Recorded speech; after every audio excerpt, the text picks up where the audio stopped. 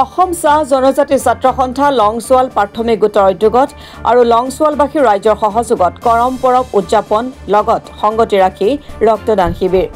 ৰক্তদান হৈছে মানুহৰ জীৱনৰ অন্যতম শ্ৰেষ্ঠ মহৎ কাম।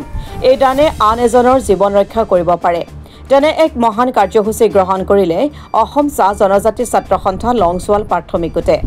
অসম চাহ জনজাতি ছাত্ৰ সন্থা লংছোৱাল প্ৰাথমিক গোটৰ উদ্যোগত আৰু লংছোৱালবাসী ৰাইজৰ সহযোগত অহা ইংৰাজী 14 আৰু 15 ছেপ্টেম্বৰ তাৰিখে অনুষ্ঠিত হ'বলগীয়া ত্ৰয়োদশ বাৰ্ষিক কৰম পৰৱ উদযাপনৰ লগত সংগতি ৰাখি আজি লংছোৱাল চাহ বাগিচা প্ৰাথমিক বিদ্যালয়ত ৰক্তদান শিবিৰ এক কাৰ্যসূচী গ্ৰহণ কৰা হয়।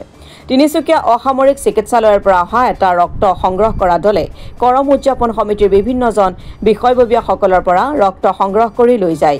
উক্ত ৰক্তদান কাৰ্যসূচী সাফল্যমণ্ডিত কৰাৰ বাবে লংছোৱাল কৰম পৰৱৰ উদযাপন সমিতিৰ সভাপতি বিকাশ তাঁতী লগতে উপদেষ্টা শুক্লা গোৱালাই সকলোকে ধন্যবাদ জনোৱাৰ লগতে কৰম পৰৱৰ কাৰ্যসূচী লৈ সমূহ ৰাইজৰ উপস্থিতি কামনা কৰিছে একান্তই।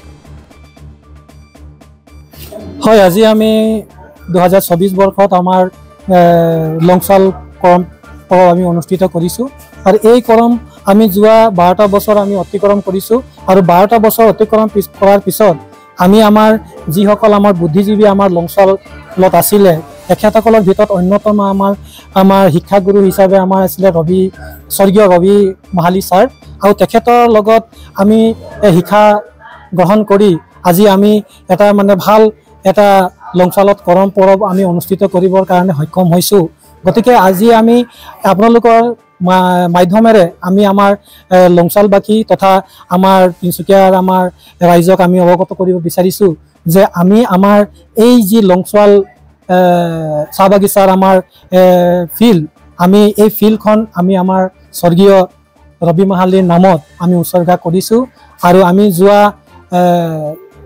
কেইদিনৰ আগতে আমি এইখন ফিল্ডৰ নাম হিচাপে আমি স্বৰ্গীয় ৰবি মাহালী সমন্বয় ক্ষেত্ৰ বুলি আমি নামাকৰণ কৰিছোঁ আৰু আমি ভাবোঁ যে আমাৰ স্বৰ্গীয় ৰবি মাহালীৰ নাম যাতে ভৱিষ্যতে উজ্জ্বল হৈ ৰওক তাৰে আশাৰে আমি মানে তেখেতৰ নামটো আমি তেখেতক শ্ৰদ্ধাঞ্জলি হিচাপে আমি দিব বিচাৰিছোঁ। মানে ইয়াত মানে আমি যিটো 2024 বৰ্ষৰ যিটো লংছোৱাল কৰম উদযাপন কৰিছোঁ এই কৰম উদযাপনৰ লগত সংগতি ৰাখি আমি এটা ৰক্তদান শিবিৰ এটা আয়োজন কৰিছোঁ আৰু ৰক্তদান শিবিৰৰ যোগেদি আমি আমাৰ যি মানে ৰক্তদান কৰি যাতে যিবিলাক মানুহৰ আজি প্ৰয়োজন হৈছে অকণমান হ'লেও কিঞ্চিত হ'লেও তেখেতসকলক সহায় কৰা এটা প্ৰয়াস কৰিছোঁ।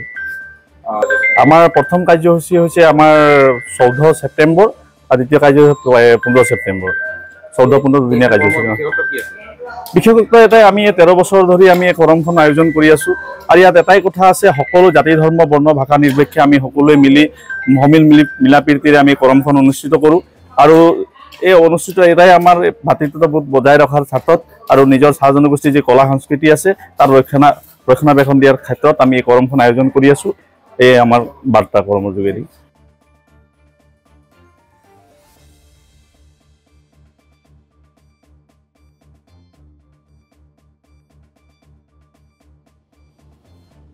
News desk report Assam today.